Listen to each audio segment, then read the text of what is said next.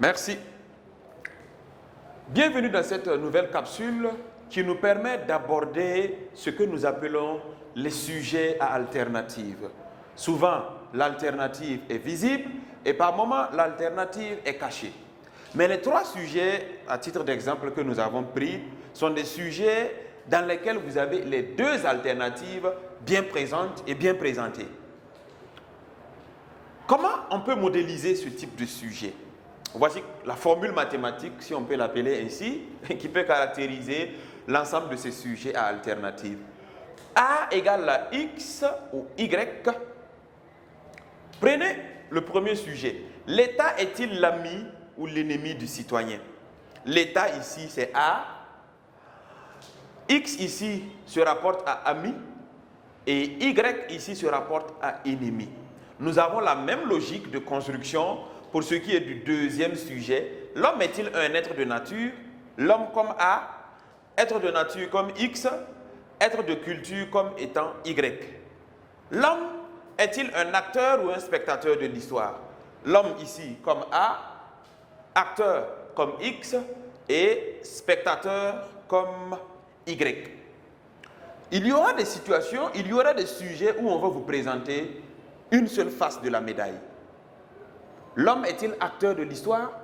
C'est à l'élève de savoir que acteur de l'histoire est une face donnée de la médaille. Mais comme il faut deux faces pour faire une médaille, il faut faire comprendre que à côté de la face acteur de l'histoire, il y a la face spectateur. C'est à vous de chercher maintenant l'alternative qui manque. C'est comme en français où, au niveau du commentaire composé, on peut donner les deux centres d'intérêt aux élèves, comme on peut aussi, ça dépend de qui compose le sujet, se limiter à un seul centre d'intérêt. C'est à l'élève de chercher le second centre d'intérêt pour construire un travail qui se respecte. Ici, on peut vous donner les deux alternatives, ami ou ennemi, être de nature ou être de culture, acteur ou spectateur. Tout comme on peut se contenter seulement de vous donner une seule alternative. Ami, tout simplement, être de nature, tout simplement, ou acteur, tout simplement. Dans lequel cas, c'est à vous de chercher l'autre alternative pour compléter. Maintenant, comment on peut traiter ces sujets-là, on va dire de façon mathématique? Généralement, vous pouvez utiliser le X, A égale à X en thèse, A égale à Y en antithèse.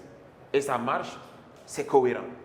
Pour ce qui est maintenant de la synthèse, vous allez faire comprendre que A est obligatoirement égal à X plus Y. Parce qu'on ne peut pas dire que A est strictement égal à X ou exclusivement égal à X. A non plus n'est pas exclusivement égal à Y. Mais pour avoir A, il faut additionner X à Y. C'est ça, c'est cette somme-là qui donne A nécessairement. Ici, par exemple, on ne peut pas définir exclusivement l'homme à partir de la nature. On ne peut pas exclusivement définir l'homme à partir de la culture. L'homme est un croisement entre nature et culture. C'est ce qu'on essaie de voir dans votre synthèse. Je vous remercie. Merci beaucoup.